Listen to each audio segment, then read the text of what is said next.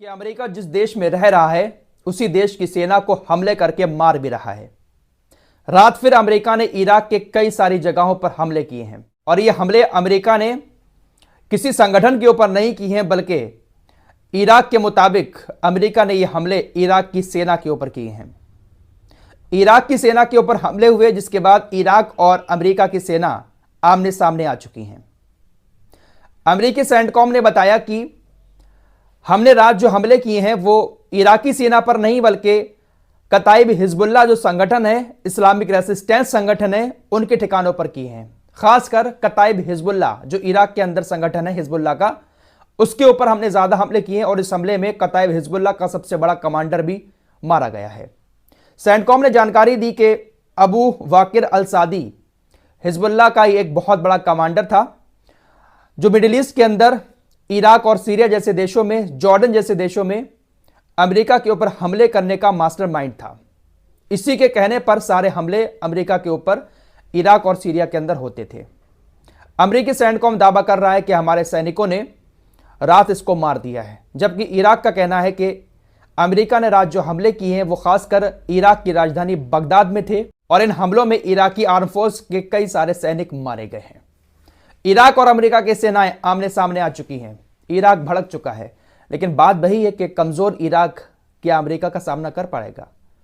Iraq की सरकार कब से अमेरिका से कह रही है कि आप हमारे देश को छोड़कर चले जाएं, लेकिन अमेरिका जाने का नाम नहीं ले रहा है। सालों साल से अमेरिका पैर जमाकर यहां पर बैठा हुआ है। जब सद्दाम हुसैन का जमाना था तो उस वक्त अमेरिका भागता था। उसी वक्त से सद्दाम हुसैन को फांसी पर लटकाया और अमेरिका ने इराक पर कब्जा कर लिया। कुछ सरकारें थीं उस वक्त की इराक की जो अमेरिका की गुलाम बनी हुई थी, उन्होंने अपनी जगह पर पनाह दे दी और आज पैर ऐसा पसारा है अमेरिका ने कि हिलने का नाम नहीं ले रहा है, इराक को ही निशाना बना रहा है। अमेरिका, ब्रिटेन और इजराइल हमलों को करने के बाद पूरी दुनिया के सामने अपना ऐसा चेहरा लेकर आते हैं कि देखिए भाई, हमने ये जो हमले किए हैं वो अपनी आत्मरक्षा में किए हैं, सेल्फ डिफेंस में किए हैं। अगर हमारे सैनिकों को, हमारे नागरिकों को कोई मारेगा तो हम उसका बदला जरूर लेंगे, क्योंकि हम अपने सैनिकों की रक्षा भी करते हैं और अपने नागरिकों की भी रक्षा करते हैं। ये तो रक्षा करते हैं, इनके सैनिक सैनिक, दूसरों के सैनिक सैनिक ही नहीं हैं। इनके आम लोग मारे जाएं तो दर्द होता है, और गाजा के आम लोग मारे जा रहे हैं और सेल्फ डिफेंस में अगर उधर से कोई हमले कर रहा है तो ये उसको आतंकवादी बता देते हैं। फिलहाल हूतीज अपने काम पर लगे हुए हैं। अमेरिकी सेंटकॉम ने जानकारी दी है कि पिछले 24 घंटे में हूतीज ने लाल सागर के अंदर 4 अमेरिकी युद्धपोत को निशाना बनाया है।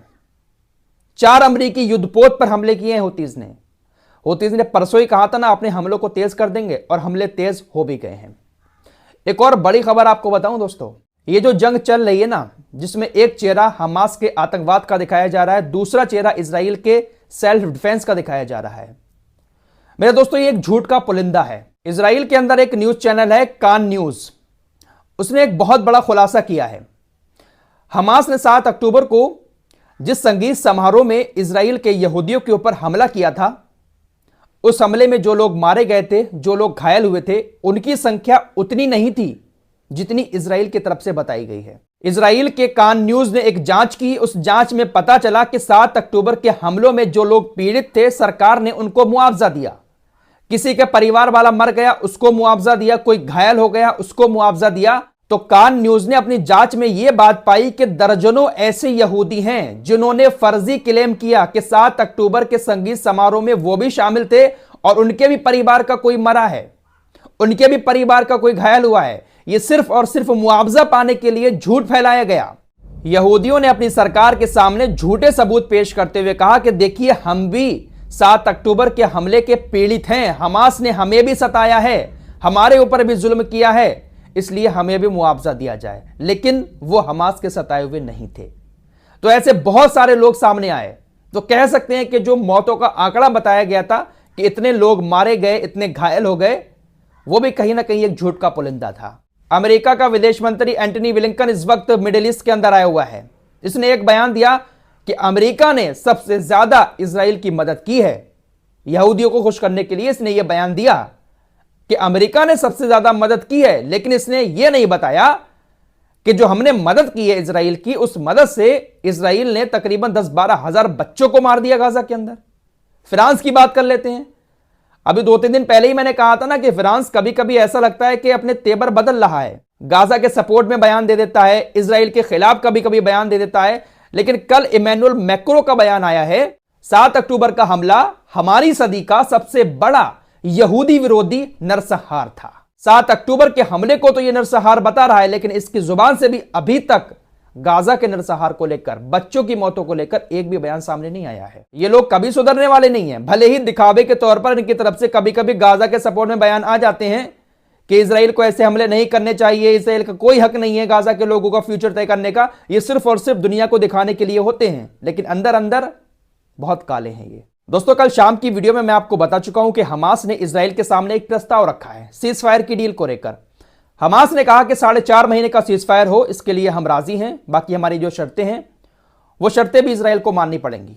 क्या कुछ शर्तें थी वो मैं आपको उस वीडियो में बता चुका हूं, जिन लोगों ने नहीं देखा है जाकर चैनल पर देख लेना। फिलहाल इजराइल के प्रधानमंत्री नेतन्याहू ने कहा कि हमास की ये शर्तें मानने लायक नहीं हैं और हम युद्ध जारी रखेंगे, हमास को खत्म करके गाजा को जीत कर ही दम लेंगे। इजराइल डिफेंस फोर्सेस का डिफेंस मिनिस्टर योब गैलेंट, इसने कहा कि देखिए, हमास ने ये शर्तें इतनी बड़ा चढ़ाकर इसलिए रखी हैं ताकि हम उसकी शर्तों को ना माने और युद्ध जारी रखें। हमास युद्ध विराम नहीं चाहता है, इसीलिए इतनी बड़ी बड़ी शर्तें उसने हमारे सामने रखी है ताकि हम उसकी शर्तों को नकार दें और युद्ध आगे चलता रहे। बेंजामिन नेतन्याहू और योब गैलेंट दोनों ने साफ कह दिया कि हम हमास की इन शर्तों को नहीं मारेंगे और युद्ध आगे जारी रखेंगे। वहीं हमास ने भी पलटकर जवाब दिया कि हम भी पूरी तरह से आपसे युद्ध लड़ने के लिए तैयार हैं, आप भले ही कितने भी हमले कर लो हमारे ऊपर, लेकिन हमारा जो स्टैंड है और हमारी जो स्थिति है, हम वहां से पीछे नहीं हटेंगे, हम अपनी पोजीशन से पीछे नहीं हटने वाले हैं, आप कितने भी हमले कर लो। दोस्तों, आपकी स्क्रीन पर यह एक टैंकर नजर आ रहा है, इस टैंकर का हाल आप देख सकते हैं। यह टैंकर गाजा के एक जगह पर पानी लेकर जा रहा था, इजराइल की सेना ने इस पर हमला किया और इसको खत्म कर दिया। अब यह टैंकर किसी लायक नहीं बचा है। यह टैंकर जिस इलाके में पानी ले जाकर मासूम बच्चों की प्यास बुझा रहा था, अब शायद उस एरिया में पानी की कमी हो जाएगी। तो ऐसी छिछोरी हरकतें इजराइल की सेना गाजा के अंदर कर रही है। डोनाल्ड ट्रंप ने कहा है कि यूक्रेन के अंदर जो युद्ध शुरू हुआ था उसका जिम्मेदार व्लादिमीर पुतिन नहीं है, बल्कि उसका जिम्मेदार जो बाइडेन था। दोस्तों, आपको यह शख्स याद होगा, सलमान मोबिका। स्वीडन के अंदर इसने कई बार कुरान जलाया। इराक का यह रहने वाला है, भागकर स्वीडन पहुंच गया था। स्वीडन के अंदर इसने कुरान जलाया और इसको फिर स्वीडन की पुलिस ने गिरफ्तार कर लिया था, क्योंकि बहुत ज्यादा हंगामा हुआ था दुनिया भर के अंदर। अब खबर आ रही है कि स्वीडन की सरकार इसको डिपोर्ट कर रही है, इसको इराक भेजा जाएगा। जिस वक्त इसने कुरान जलाया था तो उस वक्त इराक ने स्वीडन से यह मांग की थी कि हमारे देश का नागरिक है, आपके यहां पर भी नागरिकता रहकर रह रहा है, इस तरह की हरकतें कर रहा है, लिहाजा इसको आप हमें सौंप दें, हम इसको यहां पर मुकदमा चलाएंगे। तो अब स्वीडन की सरकार इसको इराक को सौंपने जा रही है। अब देखते हैं कि इराक अपने देश के अंदर इसको किस तरह का